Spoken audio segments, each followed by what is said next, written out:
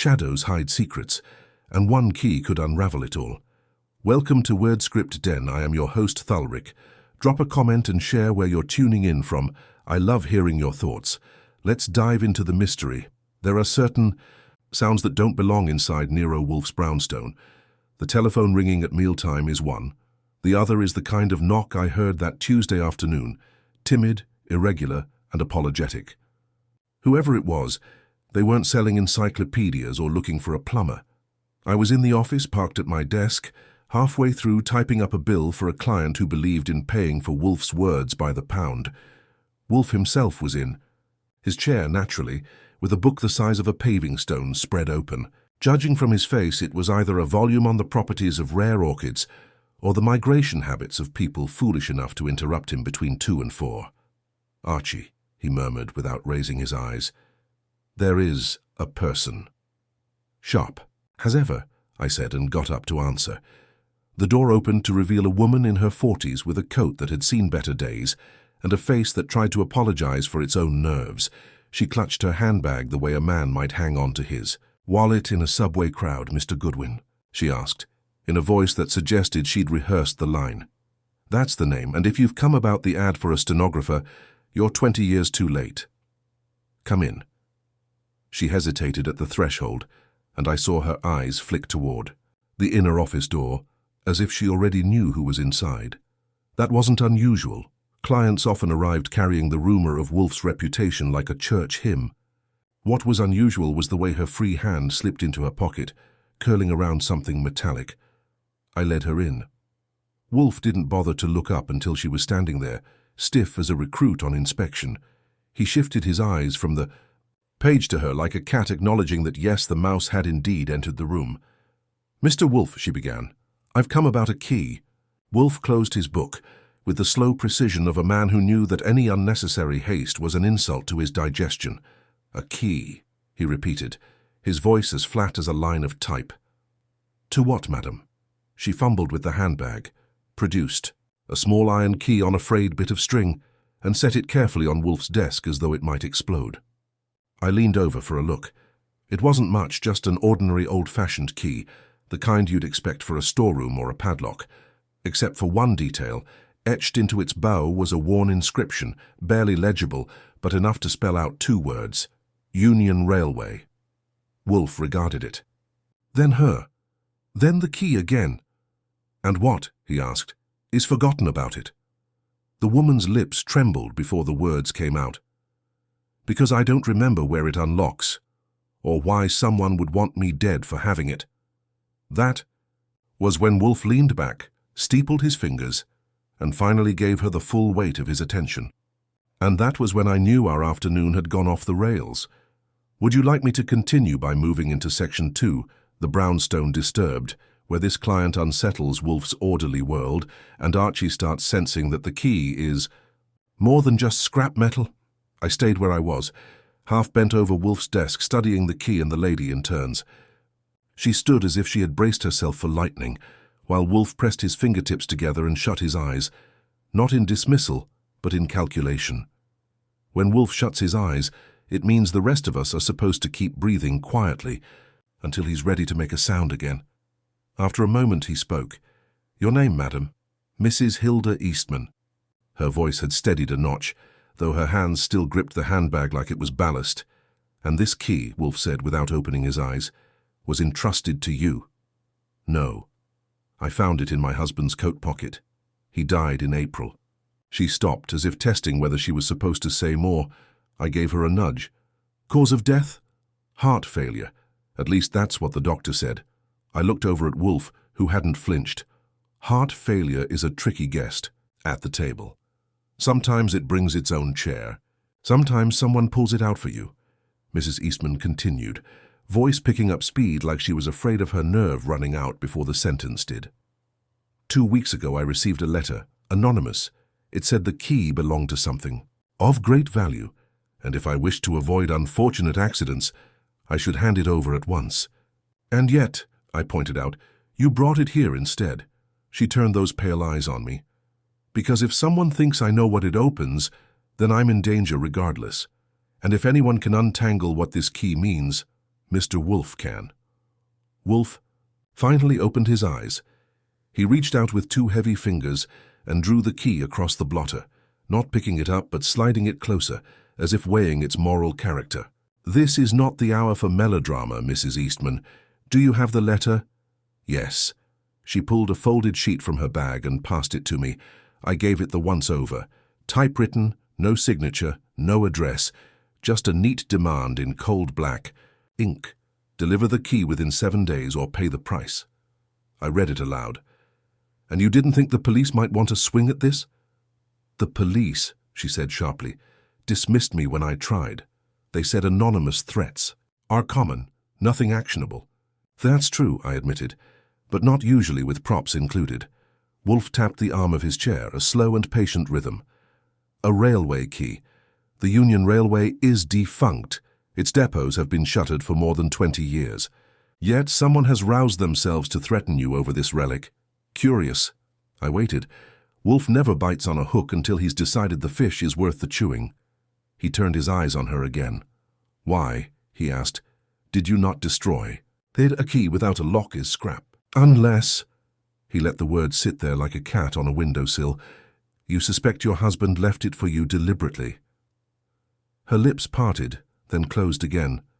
When she spoke, the words were low, almost guilty. "Yes." Because he was not just a salesman, as everyone believed. He once told me he had a past with steel tracks and secrets. I laughed. I thought it was just a fancy story. Until this key. That earned her a silence thick enough to carry weight. Wolfe leaned back, his chair groaning under the decision already forming in his head. "Archie," he said, "you will see Saul at once. He is to trace Mrs. Eastman's movements from the moment she found the key. Meanwhile, you will visit the Union Railway's last listed offices and determine whether any locks remain that might admit this trinket." I gave him a look. "And while I'm playing rail inspector, you'll be here keeping the chair warm." "As ever," he said calmly. Then to Mrs. Eastman, "Leave the key. You may retain your handbag." She hesitated, then slid the key back across the blotter. The clink of iron on wood sounded louder than it should have. I saw Wolfe's eyes linger on it, as if he'd just accepted a puzzle delivered by fate itself. "When?" she left. Wolfe let out a long, deliberate breath. Pfui. A railway, abandoned, a husband, departed. A letter, unsigned. The inconvenience, Archie, is intolerable. Yet the pattern, it insists. Which was Wolfe's way of saying we had a case whether he liked it or not, and if he didn't like it, it meant my shoes were about to wear thin. I called Saul Panzer. "First, if you want quiet efficiency with no wasted motion, Saul is your man." I gave him Mrs. Eastman's name, address, and the rough sketch of her problem, omitting Wolfe's musings about railways and relics. Saul doesn't need philosophy. He needs coordinates. He said he'd get started at once and ring me if the ground shifted. That settled, I put on my hat and coat and headed for the door. The Union Railway had been folded into history long before I was old enough to buy a ticket. But New York has a way of leaving its dead standing. The address Wolfe had given me turned out to be a brick building down on the west side, 4 stories, windows blank with dust. A faded sign still clung above the door. Union Railway Freight Office. Someone had tried to paint over it, but the ghost letters bled through like a bad conscience. The front door was locked naturally, but I wasn't there to practice burglary. I circled the building, noting iron shutters on the ground floor, and a yard that had once held wagons but was now colonized by weeds. Through a gap in the fence, I spotted a side entrance with a heavy padlock dangling from a rusted hasp. I pulled the sketch of the key from my pocket. Wolfe had made me trace it before leaving, and compared the shapes. The padlock was old enough to be its cousin. I tried it gently, out of habit, but without the real key there was no sense pressing. Man across the street leaned on a lamppost, smoking. He wasn't watching me directly, but he wasn't ignoring me either. The trick with tales is to act like you haven't noticed until you have enough to make it worth mentioning. I checked my watch, wrote a note in my book, and walked on. At the next corner I cut left, then doubled back after a block. Sure enough, the smoker had moved to keep pace. That meant Mrs. Eastman's anonymous friend hadn't been bluffing. Someone wanted the key badly enough to watch the shadows it cast. I considered going back to trade a few words, But Wolfe's instructions rang in my head. Determine whether locks remain. They did. And that was enough for a first report. I ducked into a drugstore, bought a pack of gum for show and phoned the brownstone. Wolfe answered himself, which told me he was in the middle of thinking and didn't want Fritz barging in with interruptions. I gave him the details. The building. Intact. The lock still in place, and the gentleman who had decided my walk was worth supervising. Phooey, Wolfe muttered. They reveal themselves too soon. Very clumsy. Return at once. I hung up and made my way back uptown, keeping half an eye behind me. The smoker had vanished. Either he was satisfied with what he'd seen, or someone had whistled him off. By key. The time I reached the brownstone, the only tail I had left was the cabbie's exhaust. Inside, Wolfe was exactly as I'd left him, anchored in his chair, the key on the blotter, lips pressed together. He listened to my account without interruption. When I finished, he tapped the key with his forefinger, a slow, deliberate beat. So, he said, a lock exists, and a man is stationed to observe it. Therefore, the key is not merely a relic. It opens access to what we have not yet discerned. That much even I gathered, I said. The question is, what do we do before Mrs. Eastman's fan club decides to escalate? Wolfe's eyes half closed, the way they do when he's drawing lines between dots the rest of us haven't noticed. We do nothing precipitous. Saul will tell us whether Mrs. Eastman has been watched before today. Meanwhile, you will invite Mrs. Eastman back tomorrow evening, at 8. She will bring with her anything belonging to her husband that might allude to the railway. We shall sift. And if she can't produce more than a receipt for shoe polish? Then, Wolfe said calmly, we bait the hook with the key itself. The party who desires it will present himself, and once he does, Archie, we shall see what train he intends to catch. The next morning ran like most mornings in the brownstone. Fritz humming in the kitchen, Wolfe upstairs with the orchids, and me keeping the office from collecting too much dust. I had just settled into sorting mail when the phone rang. It was Saul. His voice was low as usual, but the weight behind it was enough to pull me upright. She's been watched, he said. 2 different men, alternating. Not amateurs, but not police either. One followed her from her building last night, another this morning.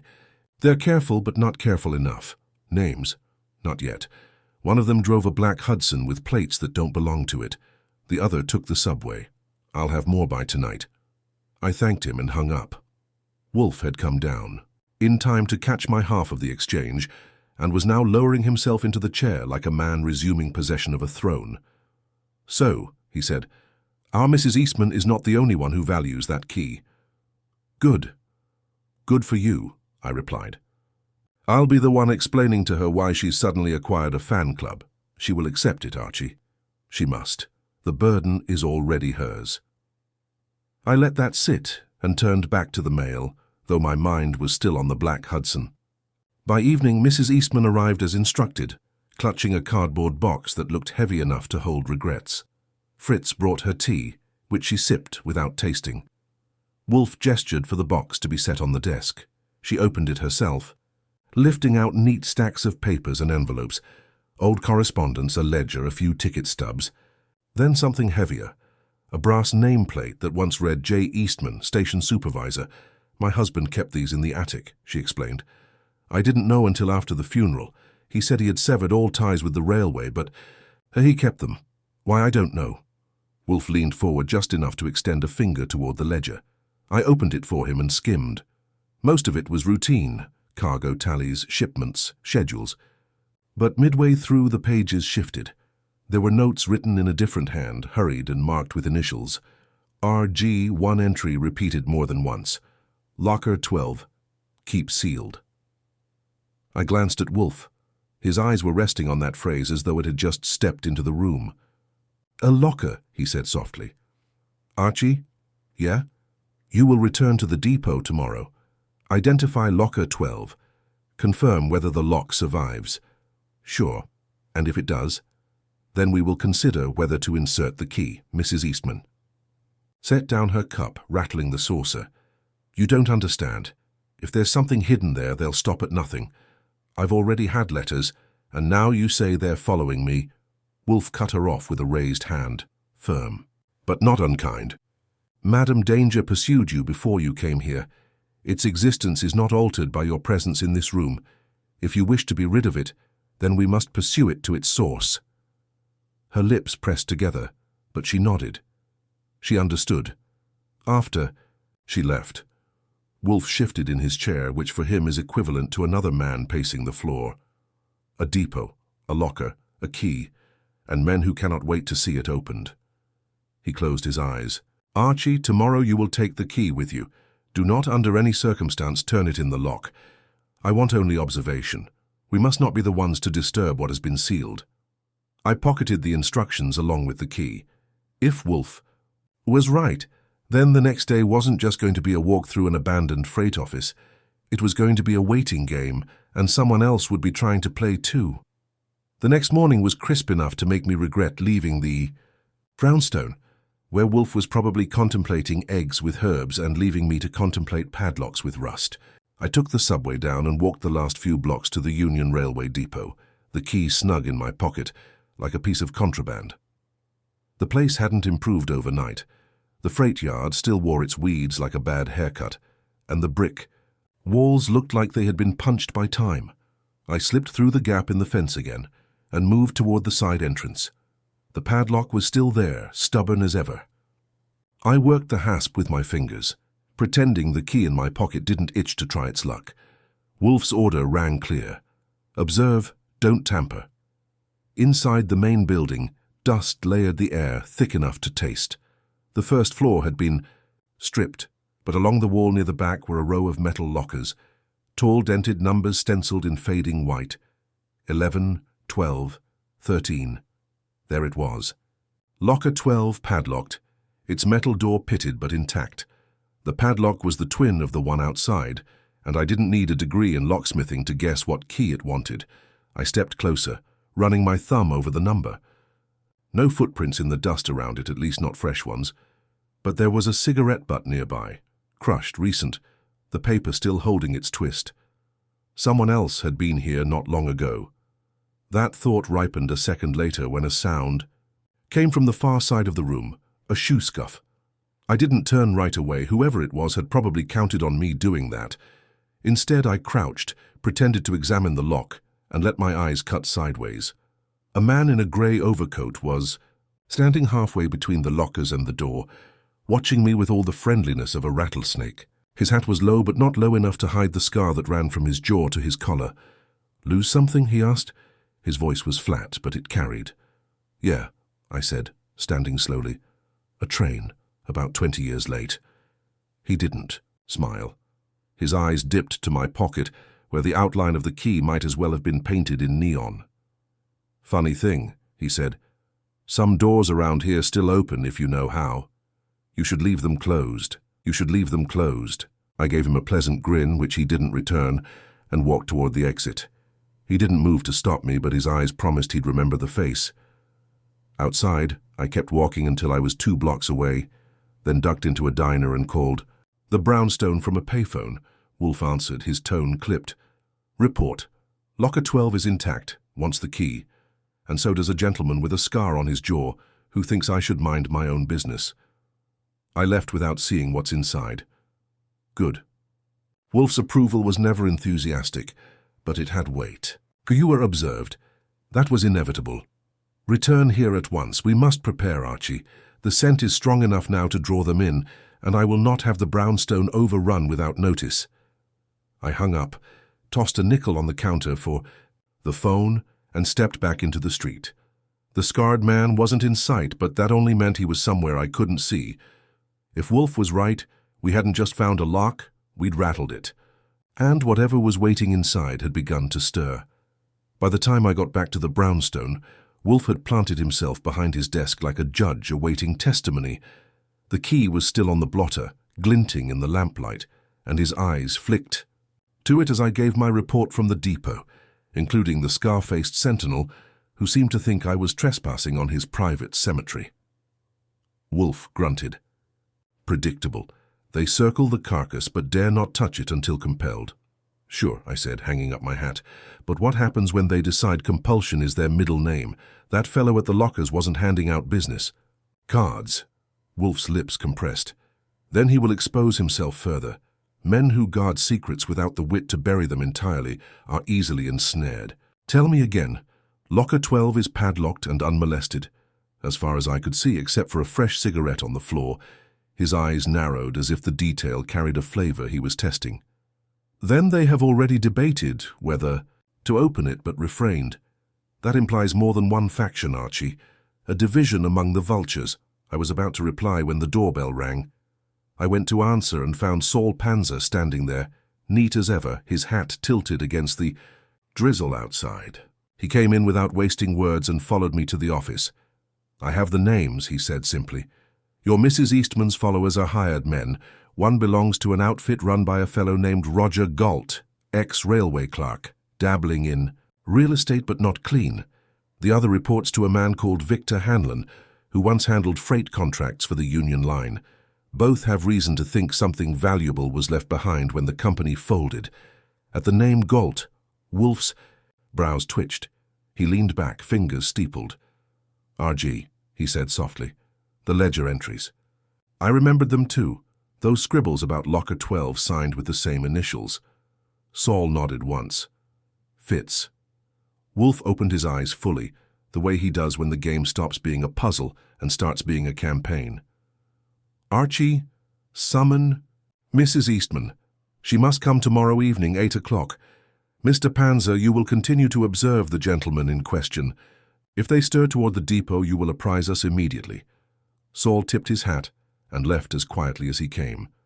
When the door closed, Wolfe reached out and tapped the key with one finger, slow and deliberate. 2 factions, each circling. An old lock, a woman holding the key without knowing its weight, and a husband whose ledger preserved a message meant for eyes other than hers. It ripens, Archie. Tomorrow we press. Press how? I asked. His eyes drifted shut again. By inviting them to come where they least wished to be, into this room, and by reminding them that in the end, knowledge, not possession, decides the issue.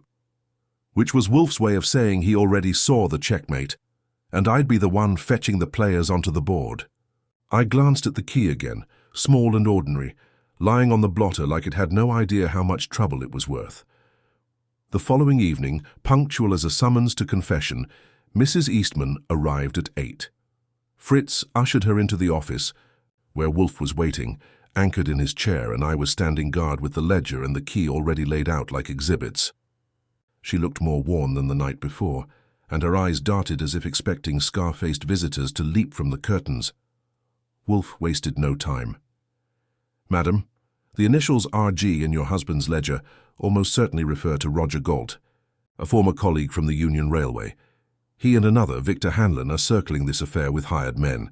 Your husband kept Locker 12 sealed, and that seal was maintained because it contained something worth dispute. You must tell me, did your husband ever speak of these men? She pressed her lips, shook her head, then stopped herself. Once, a quarrel years ago. He came home late, his coat torn, and when I asked, he said, I'll not be bullied by Galt or Hanlon again. I thought it was just work trouble. Wolfe's eyes glimmered. Not work trouble. A relic of it. Very well. Archie. He shifted his gaze to me. You will place calls discreetly. First to Mr. Galt, then to Mr. Hanlon. Inform them that Mrs. Eastman is in possession of the key to Locker 12, and that should they wish to resolve the matter, they may do so under my roof tomorrow, 8 o'clock. Mrs. Eastman nearly spilled her tea. You can't. Those men... Wolfe cut her short with a gesture. Madam, if you prefer shadows dogging your steps and letters promising your death, you may of course decline. But if you wish resolution, you must draw the hunters into daylight. In this office they cannot shoot you. They can, however, betray themselves. She swallowed hard but nodded. She was learning what all clients learn eventually. Wolfe doesn't. Ask permission when the geometry of the case is already drawn. After she left, I made the calls. Galt's man tried to stall me, but when I dangled the words Locker 12, there was a silence that spoke volumes. Hanlon himself answered on the second ring, his voice thin and cautious. And when I delivered Wolfe's invitation, he said, Only we'll see, which meant yes. I hung up, turned back to Wolfe and said, Congratulations, You've just scheduled a reunion of the Union Railway Alumni Association with us as the caterers." His eyes closed in contentment, which was about as close as Wolfe came to smiling. "Fui, let them come. By this time tomorrow the matter will be concluded. I require only that you and Mr. Panzer ensure no imbecile attempts theatrics with a firearm before I finish speaking." Which left me wondering how many theatrics we'd be facing once Galt, Hanlon, and their scarred associates found themselves crowded into Wolfe's office, with a single battered key waiting to decide which of them would break first. The next evening, the brownstone felt tighter than usual, as though the walls had decided to brace themselves. Fritz had cleared the office of any unnecessary clutter, and the chairs were arranged in a neat arc facing Wolfe's desk. The key lay on the blotter, small and quiet, but carrying more authority than a police badge. Wolfe sat like a mountain dressed in a yellow shirt and brown vest, immovable and ready. I had Saul stationed outside in case any of our guests decided. They preferred bullets to conversation. At 8:05, the first knock came. Roger Galt walked in with the confidence of a man who thought the past owed him a dividend. Tall, thick around the middle, with hair slicked flat and a smirk that looked permanent, he nodded at Wolfe as though they were old partners instead of adversaries. Behind him came a leaner fellow with restless eyes, his shadow, no doubt. At 8 sharp, Hanlon arrived. He was thinner, older, with a neat grey suit and a manner that suggested polish over steel. His companion was none other than my scar-faced friend from the depot, who gave me a look that promised he still remembered me fondly. Mrs. Eastman arrived last, pale but composed, her hands locked together like she was holding on to herself. Once everyone was seated, Wolfe opened his eyes fully and spoke with the slow gravity of a judge delivering instructions to a jury. "Gentlemen, madam, you are here because a small object of metal has managed to unsettle your lives. A key." He tapped it with his forefinger. "To a locker in the Union Railway Depot, sealed for 2 decades. Both Mr. Galt and Mr. Hanlon claim stake in its contents. Mrs. Eastman possesses it. I propose we relieve ourselves of cant and address the matter directly." Galt leaned forward, his smirk sharpening. "That key belongs to me. Eastman was supposed to deliver it years ago. He held it back, and now his widow thinks she has some right to it." Hanlon's voice cut through, smooth but brittle. "No, that locker was sealed on my order to protect company property until certain debts were settled. Galt had no authority. Eastman only did as instructed and kept it hidden from vultures." Mrs. Eastman stiffened, her eyes darting to Wolfe, who raised a palm before she could speak. "Your quarrels are noted. What interests me is what lies in locker 12. What is it that has you skulking and threatening and employing men who smoke in doorways?" The silence that followed was brittle. Galt was the first to crack. "Records, ledgers, proof Hanlon skimmed off the freight contracts, worth enough to ruin him if they ever came to light." Hanlon snapped back. "Lies. The locker holds contraband Galt smuggled under false manifests. If it opens, he's the one ruined." The room thickened with their words. Mrs. Eastman pressed her hands tighter. Wolfe, however, looked almost satisfied. His eyes moved from one man to the other, as if he were measuring weights on a scale. "So," he murmured. "Each insists the locker holds the other's ruin, yet both refrain from opening it, though either might have forced the lock years ago." Curious, Galt's companion shifted in his seat, muttering something about handling it now, but Wolfe's gaze froze him where he sat. Hanlon's scar-faced lieutenant did the same, eyes flicking to the key like a starving man watching bread. Wolfe allowed the tension to hang another moment before lowering his voice. "The truth, gentlemen, is simpler. Neither of you knows what is in that locker. Each fears it may be his undoing. That is why it was left untouched, and that is why you both need me." The key lay between them, glinting under the lamp. For the first time since the meeting began, neither Galt nor Hanlon looked eager to claim it. They stared at each other instead, each measuring whether to admit fear or bluff through it. Wolfe, of course, already knew which way they'd tip. He always did. Wolfe let the silence linger until even the scar-faced lieutenant shifted in his chair, itching for something to break. Then Wolfe spoke. each word clipped as if he were pruning a stubborn branch. "You have postured long enough. One of you believes the locker conceals evidence of theft. The other fears it conceals evidence of fraud. Each of you presumes Eastman held it against you, but you are both mistaken." Mrs. Eastman's breath caught, but Wolfe did not look at her. His eyes remained fixed on the two men. "Eastman kept the locker sealed not to ruin either of you, but to preserve himself. The ledger entries, 'keep sealed,' were his reminder. He had something both of you wanted, and so long as it remained untouched, you were powerless to act against him. He used the locker as leverage." Galt let out a sharp laugh, but there was no humor in it. "Leverage? He's dead. What good does it do him now?" "It does him no good," Wolfe said. "But his widow inherits both the burden and the danger. You have already demonstrated your willingness to menace her, though neither of you dared. Risk forcing the lock yourselves, because you don't know which one of you it condemns or whether it condemns you both." Hanlon's thin lips tightened, and for the first time he looked less polished. "Then what do you propose, Wolfe? You mean to open it yourself?" "No," Wolfe said flatly. "I mean to open nothing. You will, both of you, under observation. In that way the truth will fall where it belongs, without guesswork or artifice." Galt shoved back in his chair, blustering. "Convenient for you sitting here and dictating terms. You expect us to march down to that depot like errand boys?" "Precisely," Wolfe replied. "Tomorrow at noon, Mr. Goodwin and Mr. Panzer will attend. The police will be notified to meet us there. If either of you imagines he can seize the contents without consequence, he will find himself in custody before the box is empty." That last detail tightened the air like a cord. Both men looked ready to explode, but the presence of their hired muscle and mine kept them in check. Mrs. Eastman's face, pale as porcelain, finally turned toward Wolfe with something that resembled hope, though faint. Wolfe closed his eyes and let out a breath. "The matter resolves tomorrow. Until then you will refrain from skulking at Mrs. Eastman's door or sniffing around my stoop. Fail and you will discover just how quickly I can convert suspicion into indictment." Galt and Hanlon both rose, stiff with swallowed rage, their men following like shadows. At the door Galt turned back, his smirk now more a sneer. "You'd better pray that locker proves you right, Wolfe." "I never pray," Wolfe said without opening his eyes. "It is a misuse of breath." The door shut, leaving the office quieter but far from calm. Mrs. Eastman sagged into her chair, trembling with the aftermath. Wolfe finally opened his eyes and looked at me.